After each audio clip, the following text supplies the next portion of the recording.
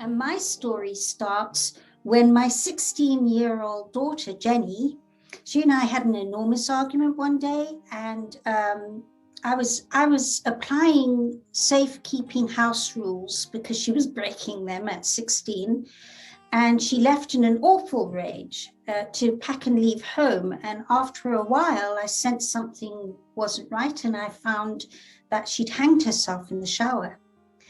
And it was devastating, obviously. I went to ground zero on all areas of my life, all levels, and tried to pick up the pieces and be as normal as possible, and realized that it felt like I was kind of serving a black emotional prison sentence in a dark black hole. And it felt like it was a lifetime thing.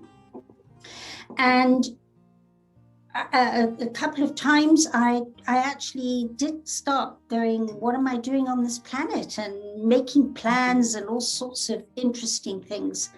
And prophetically, nine months after Jen died, I came across the basics of what I now use to help people, but I had to research it, study it, apply it to myself, get myself through it before I could start working with others. And I now use it internationally online. But it's so prophetic because, of course, 9 months was what it took to create Jenny, and 9 months to get to the point where I went, right, I have to move on. So all these completions with the nines were coming through. And at that same time, I was fast asleep one night and came to after a lucid dream. And I dreamt of, the dream was very, very, it was like she was standing there as a 7-year-old in a tartan dress. And I came to, and I heard actually Buddhist chanting, and I thought, is that my music center? But it faded as I came into focus into the room. And I realized that it was too lucid for it to not be something. I just knew it needed to be checked, and I laid there going, 7 and 9, 7 and 9. Okay, so it's 7 days short of 9 months. Okay, fine. She was 7. Okay. She was 16 when she died. And I started going, this has a numerological feeling about it, and I've never studied numerology. So I started going through and Googling it, and they were saying you bring all the numbers down to a single number. So 16 is 1 plus 6 equals 7. That's the same process I went through with numerology. I'd never come across it. And then because of 79, I started researching it. And then I realized all the kind of major events of my life had seemed to connect to.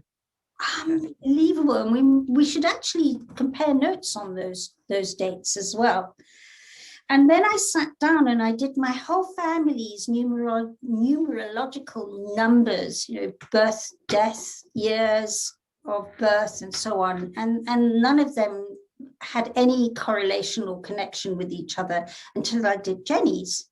And Jenny was born in 1989, which if you add up comes to 9. She died in 2005, which if you add up is 7. She was born on the 25th of September, so 2 and 5 is 7, and September is 9. And if you take 25th of September 1989 as one birth date, it's 9. And she died on the 10th of October, which when you add up is 9. So it was like, wow. What's this about? And the more I did it, the more numbers were connected to Jenny and 7 and 9. So I wrote it down, and eventually it ended up as a chapter in my book, Full Circle Rainbow, which captured what happened after she died, because I was going, science tells us that energy cannot be created or destroyed. Mm-hmm. So where's my daughter? Where's she gone? Yeah. She's not in this form. She's in some sort of either multi-forms or where, what, how. And those 7 and 9 started coming in everywhere I had a specific thing happening or needing to happen, or profound moments. It was rather like with you, you go, oh, wow, that was 7 and 9 again. And whenever they start showing up in my life, I know it's time to stop and smell the roses differently. What's happening around me? Who's saying what?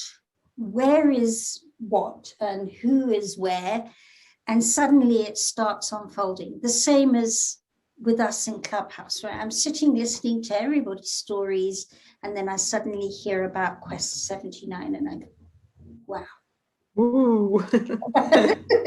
Yo. So just amazing. And with that, I'd love you to tell more about what you're doing this year with Quest 79, because this is amazing.